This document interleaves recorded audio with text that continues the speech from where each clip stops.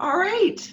It's great to see Dan and Sarah Flanagan from Flanagan Foodservice for our next installment of Family for the Family to the Center for Family Business.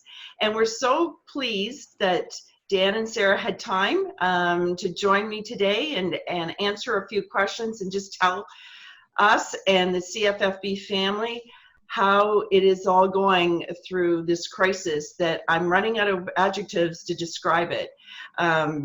Unbelievable.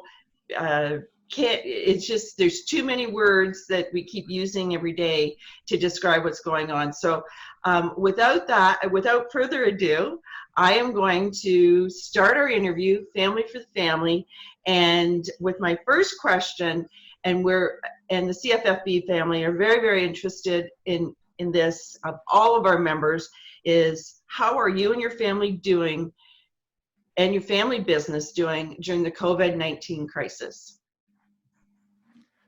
Thanks, Janice. Nice to be here in this recorded interview.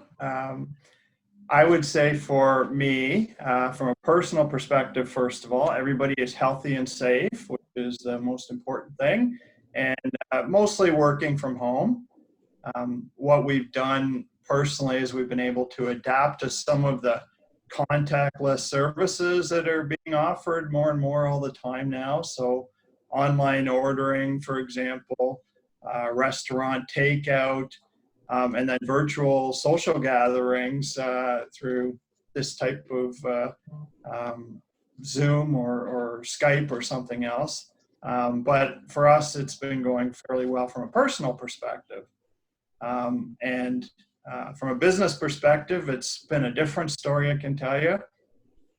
Essentially, being in a company that serves the restaurant trade, our revenue dropped by 65% basically overnight when restaurants and other food service establishments like bingo halls, casinos, arenas, and schools, which are also customers of ours, were mostly shut down on March 17th. I'm glad to say we've clawed our way back to the point where we're now at a sales decline of about 40% versus where we were in early March. But for us, it's significant. It represents an annual drop in sales of about $100 million from where we would have been otherwise. So I guess two sides of the coin, personal and business. Wow. Sarah, how are you doing? Yeah, so from a personal perspective, I think it really shows how adaptable humans can be to different situations. I found it fairly easy to adjust to the new world as much as possible, and it's been neat as well, being able to use those other services that are coming up and seeing how creative businesses are getting as well. Different restaurants and retailers and so many different companies now offering different services and curbside pickup and trying to adapt really quickly to the new situation. And then on the business perspective, of course, it's been hard, but it's been a great team trying to rally together and do what we can to push through it as we all adjust to working from home and new situations. It's we all have to remember that, you know, this was not a lack of bad management or bad investments or bad anything. It was shutting down for the greater good, and people whose whole lives they've been spent building successful, very successful businesses, restaurants, whatever type, food service distributors, and overnight, no warning. Well, a little bit of warning, I guess, depending on how, you know, I guess how seriously everybody was talking about those warnings, and it's gone. Like it's gone. So to have you guys come back and with such a positive attitude is awesome. It really, really is awesome. Now we've got another popular word in Canadian business right now, pivoting. So what have you guys done to pivot? So maybe I can start by talking about some of the things that we did at Flanagan to, first of all, make some decisions very quickly and work on some major initiatives since the pandemic struck. It's interesting, at the last Center for Family Business meeting that we all had. We had Daryl from Part-Time CFO Services talk about many of these things. So it was kind of validating for me to hear that what we've done is kind of in line with what we should be doing. But let me just talk about some of the big buckets, if I can, of some of the things we had to work on. One of the first things we identified is that we had to reduce costs. We've got our discretionary expenses and we've got our non-discretionary expenses. So obviously we first attacked the discretionary spending, and we dealt with that pretty much in real time and said there's no more discretionary spending. So everything from that standpoint in our budget was canceled. And then we looked at the big areas of variable costs. And for us, the two largest are payroll and delivery costs. That's the business we're in, people making deliveries. Unfortunately, the result was we had to lay off almost 300 of our team members at Flanagan's. And we also had to make some changes with regards to our delivery frequency. So instead of delivering to customers 3 times a week, we were only going twice, and reduce our operating hours and some other changes in how we operate. So those were the key items that we dealt with quickly on the cost side of the equation. But we also recognized that we had to manage cash at the same time. In our business, inventory and receivables are significant. So first thing we did though was we attacked the capital expenditures. So again, any investment back into the company that we had planned on making, if they were not essential, they were halted immediately. But then we looked at our inventory, and as you can probably guess, we have a significant value of perishable inventory on hand, and we've now got a much lower projected demand. So we had to significantly reduce our inventory in a short period of time, because as our inventory ages, it becomes distressed. One of the things we were able to do, and maybe we didn't promote it as much as we should have, but we were able to work with a large number of organizations to provide food and other supplies to help us out during this great time of need, to help them out, I should say. But then, of course, we worked on, okay, we're going to stop purchasing new inventory. We're going to order more frequently so our inventory shrinks rather than grows, things like that. But the other item I mentioned is our accounts receivable. And I would say in the restaurant business, collecting accounts receivable is difficult to do at the best of times, let alone when they're closed and they have no cash coming in. So we had to put a sharp focus on that aspect of our business as well. And then the third part of our cash is our vendor payables. And we reached out to our vendors as well and came to agreement with a number of them to extend our payment terms to allow us to maintain our cash and manage our cash well. So all 3 of those major fronts, we were successful. And then I think the key thing we realized after that is we need to make sure we're communicating well. And especially after having to lay off so many people, we knew that our communication had to be robust and it had to be timely.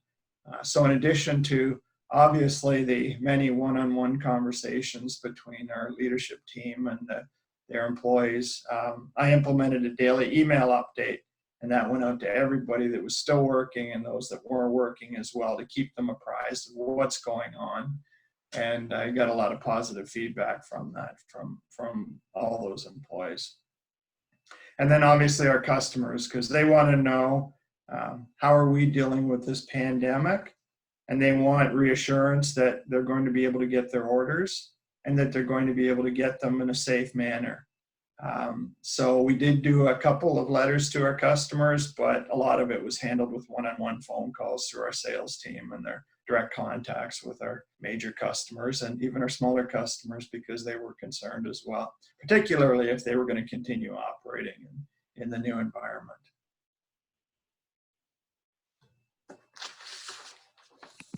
And then I have a few points I was going to add on to that as well, is that with the surplus of inventory we now have that Dan was mentioning, but the reduction in customer demand, we knew that we also need to go out and try to find some new revenue streams and new markets to sell into wherever we were able to. People still need to eat and they need to get their food from somewhere. That with all the inventory, we can help with that. So one of the areas was, while many of our traditional restaurant customers may have been facing challenges and not being able to have as high of orders as normally, we actually did have a number of customer segments that some had growth in those segments, or at least we're saying stagnant, that we really tried to focus our sales and marketing efforts on those types of customers, some of them being the different farm markets, different specialty retailers, First Nations communities. Bakeries seem to be very popular. I think a lot of people were looking for some comfort during this time. And then also the long-term care and the retirement home areas. There were areas where we were able to find some significant sales. Additionally, we were able to use some of our connections with the large retailers, or the large grocery stores, being Loblaws and Longo's. As you know, they were facing many shortages. The grocery stores weren't prepared for suddenly so many more people placing orders, and especially all the panic buying that was occurring, that we were able to help them out with some of our products and services in some of the areas that they were running a little short. So products like ground beef, cleaning supplies, and flour were all some key products that we were able to supply the grocery stores with, which was very new for us.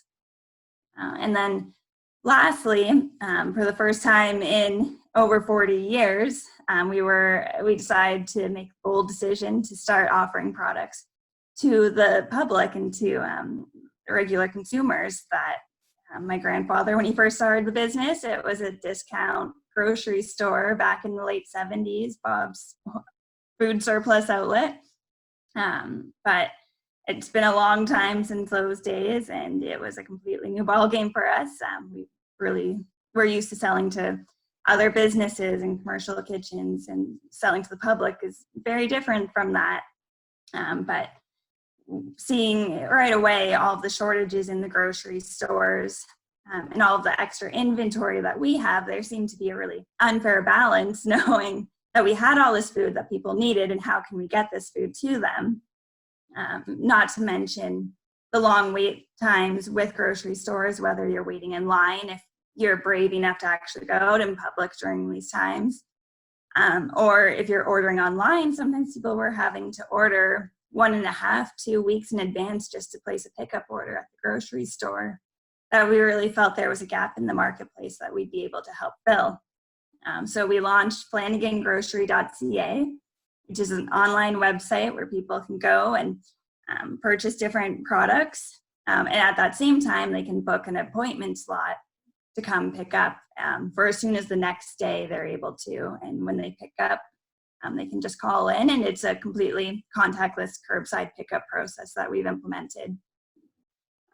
Yes, some of the products might be a little large on the website, but the products we have are meant for restaurants in larger quantities to be used. And they are still that restaurant quality product that we've tried to split down a few of the pieces where we are able to, but we also only have so much warehouse space available for creating new slots that we're trying to encourage everyone, if they have lots of storage, if they have a deep freezer, or maybe some families and friends that they can split the food with. There's over 250 or 300 items available on the site right now. There's lots of opportunity to get most of your groceries, and with the larger pack sizes, it also means less trips out of the house, that you have more on hand.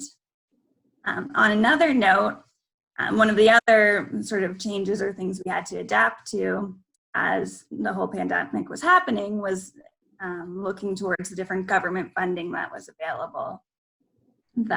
Especially in the beginning, I know everyone was tied to the news. Things were changing so quickly that we were and continue to be following closely all of the updates that the government is putting out, especially the ones on the different funding programs that they're rolling out, to figure out how we can really take advantage of them for both our people and for the business. That we have applied for the wage subsidy from the government, which is definitely going to be a big help for us, but it still won't necessarily bring us back to a profitable spot, given the large decline that Dan was talking about. I mean this in the most sincerest way. I hope we never, ever go through this again in a pandemic. But if we do, and probably it's when, I hope that the Flanagan Foodservice is a case study at business school across Canada, because you guys really, and I'm not just saying, you really checked the boxes. You went through and you went, okay, we've got to, here's how we stay in business. Here's the difficult decisions we have to make, and we're going to make them. And you made some really smart, and no one is out of this yet. I mean, we are not out of this at all. But making those hard decisions right up front, honest to God, this is going to be a case study. Mark my words. There's going to be many generations of business students following this advice. So. Well, what I want to make sure Janice and whoever else is listening to this, is that this came from the team, right? We got some great people on our team, leadership team, and the whole team for that matter. And these ideas were not mine. I don't think they were all Sarah's either. We learned a lot, and we figured it all out as a team, and that's how we move forward. And touch wood, we've been so far so good.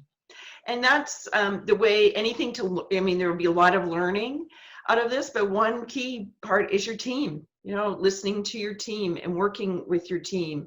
And they have great ideas, and putting that all together. So, for the future, for anybody to develop their teams, and everybody is concerned about their employees right now, one way or the other, mentally, how they're doing. Are they coming back? Are they going to be feeling safe when they come back? So kudos to you guys, and that's been, you've made the very best of what you can do in this situation. I have one last question. Yeah, and maybe I oversimplified it a little bit too when I was talking about it, but obviously the work that went into this, everybody worked so hard to get us to this point, and to work through it and make the necessary changes and adjust, and leadership team took pay cuts, and there's a lot of things we did, right? And think about it. It's kudos to every one of them. Yeah, and we're doing that at the same time that we were working through our largest acquisition ever that we just closed on Monday, and it's unbelievable the amount of effort that went into all of this. Oh my gosh, in 9 weeks. Think about it. It's been 9 weeks. That's it. Yeah. We've done more in 9 weeks than probably, anybody can do in 5 years. 9 weeks. It was crazy. I hope there'll be celebrations. We're waiting for that. We want to go out to a restaurant to celebrate, but we can't do that yet. Yeah, exactly. All right, and the last question, understanding Flanagan's has been in business over decades. What has been the most difficult from dealing with this crisis from a business and personal perspective? So I'm going to start on this one. I think Dan has a nice wrap up for it. So yes, Flanagan's has been in business for decades, but my journey there has only been just under 2 years so far. That it's definitely been an interesting change for these 2 years. And as many people and many of the members know who might be listening to this, is that during this time, I've been going through the company and doing sort of a leadership development program, which started with spending time in all the different departments of the organization to really understand how it all fits together. And coincidentally, I was just coming to the very end of that phase, and on March 16th, I was set to start the next phase of this development program, which was going to be working on sort of a special project for the next few months on a full-time basis. And so I started that March 16th, excited to be moving on to the next chapter. But very quickly, as the world felt like it was falling apart around me, it just was becoming very evident to me that this didn't make sense to be doing right now. And I guess I should preface this all with saying I know completely all around me, there were all around the world and at Flanagan's itself, much bigger problems to be solving, but just from my own personal experience, it was very interesting project, but hearing how we're going to be having layoffs and all of these different problems were coming up, and it was stressful, and I knew that this project was not important at all at that point in time, that I was reaching out and talking to the different senior leadership members of what else I would be able to take on, which they're just trying to understand, everyone's just trying to take the time and understand really what's going on and trying to make sense of it all to them. But one of the projects that I did take on was that Flanagan grocery, which it's been a really neat opportunity to get to put all the knowledge that I've gained across the business into one place.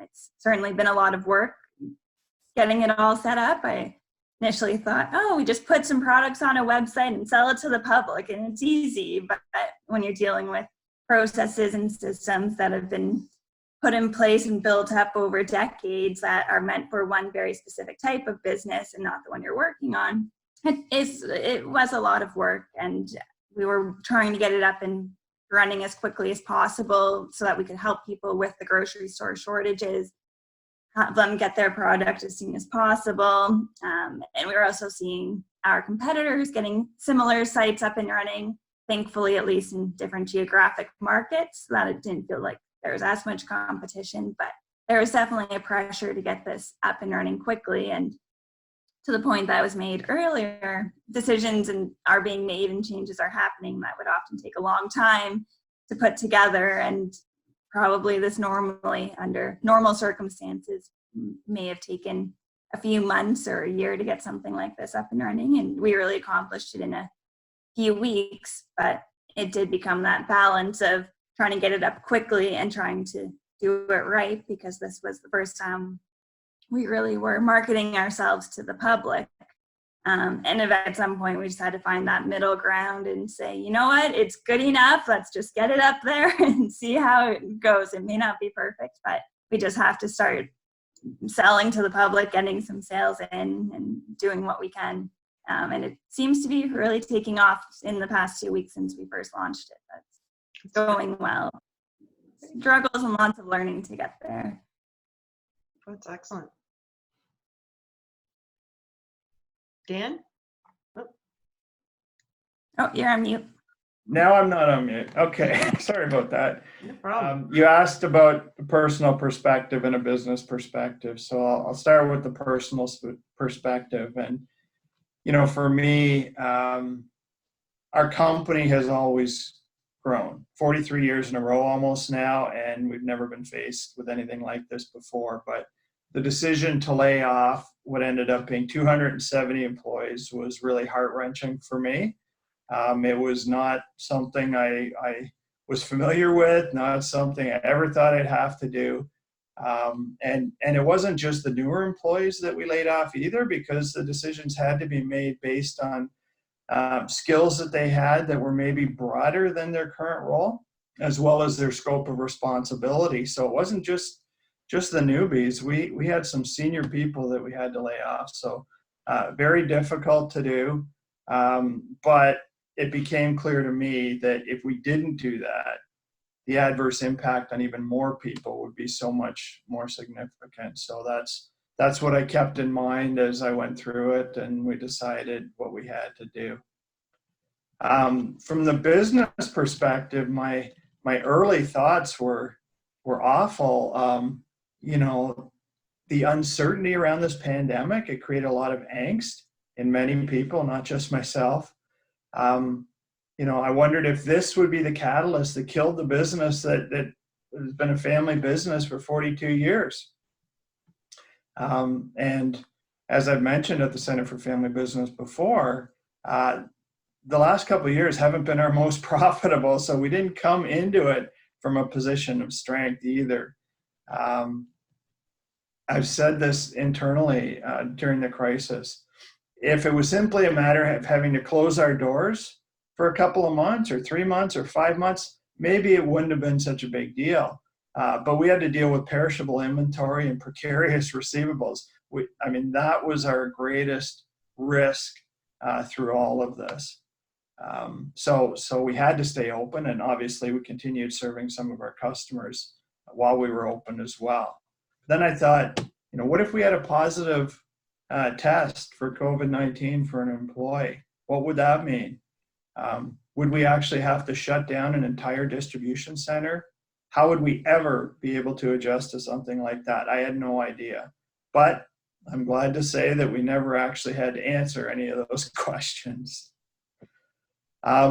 So now, as I see it now, we're starting to move towards improvement in the business. I shared a little bit of that. We're bringing people back to work, which is great. I think we're probably up to about 80 people back to employment. And soon I think the broader reopening of the Ontario economy. So in looking at the past, it's certainly gratifying to see that all these difficult decisions we made appeared to be the right ones, and it's really the hard work that everyone in our organization, including our customers and our suppliers and everybody else we deal with, that put into this, that's kept us going. So in the end, it's a good news story. At the beginning, I wasn't so sure. So leadership in times of good or in great times is, we won't say it's simple, but many can get their way through. It's leadership in difficult times that shows who the real leaders are. And it goes back further than the decisions that you made 9 weeks ago. It goes back to those relationships that you have forged over years, and treating people fairly, treating your suppliers fairly, looking out for your customers. All of that is part of this now, right? You had that, and that currency, and with the good leadership, not just good, but effective leadership is a fact that now that's this way you can go and return. And the doors weren't going to close, Dan. They just weren't. You just had too much history, too many relationships. People trusted you, but it was. I think it's a concern from everybody right from the beginning because of the unknown, the fear of the unknown. I'm sure most of us in March just kind of walked around in a fog. I was, this is going to last 5 days, so let's get going. Yeah. And our son and daughter, they're in Toronto, and I kept saying, so we'll see you next weekend. And they're like, Mom, we'll be lucky if we see you in 6 months. So that's, we all kind of went through it, but kudos to you guys because you had the personal part and the business part and kept focused, and here we are today. So thank you very much. I really appreciate your time. This has been excellent, such great learning and information, and as I mentioned, definitely will be there as a successful case study for coming through COVID-19. Thank you, Janice. Thanks, and thank you to everybody here. Yeah, thank you, See you Janice. soon.